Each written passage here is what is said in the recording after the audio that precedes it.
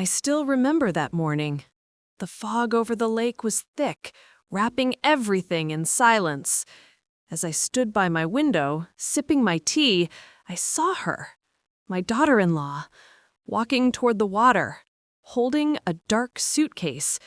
At first, I thought she was taking something out for cleaning, but before I could blink, she tossed the suitcase straight into the lake. The sound of the splash echoed across the still air. My heart stopped for a moment. What on earth could she be hiding in that suitcase? I didn't say a word that day. She turned around, saw me watching her from a distance, and smiled. So calm, so polite, like nothing unusual had happened. "Good morning, Mom," she said sweetly before walking back inside. But that image stayed with me all day. The suitcase sinking into the cold water, her calm face, that smile. Something wasn't right. That night, when everyone was asleep, I couldn't resist my curiosity. I put on my coat and walked down to the lake. The air was cold and the moonlight shimmered on the surface of the water. I kept thinking, what if she's hiding something terrible? My son had been working late nights lately, and I'd sensed tension between them. My mind raced with thoughts.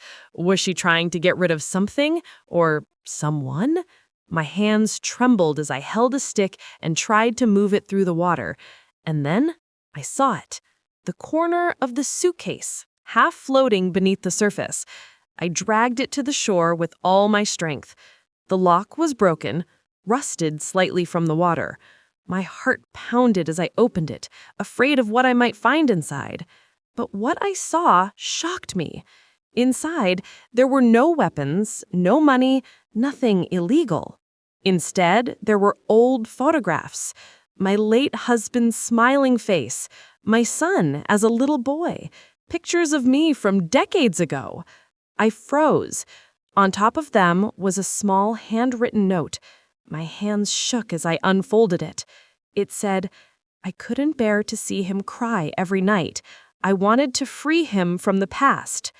I sat there by the water, the letter trembling in my hand, tears filling my eyes.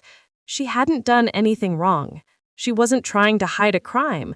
She was trying to protect my son from his pain. After my husband passed away, my son had never truly healed. Every photo, every memory reminded him of what he had lost. My daughter-in-law wasn't throwing away memories. She was trying to help him start again. The next morning, I looked at her differently. When she came into the kitchen, I walked up to her and hugged her tightly. She seemed surprised, a little confused.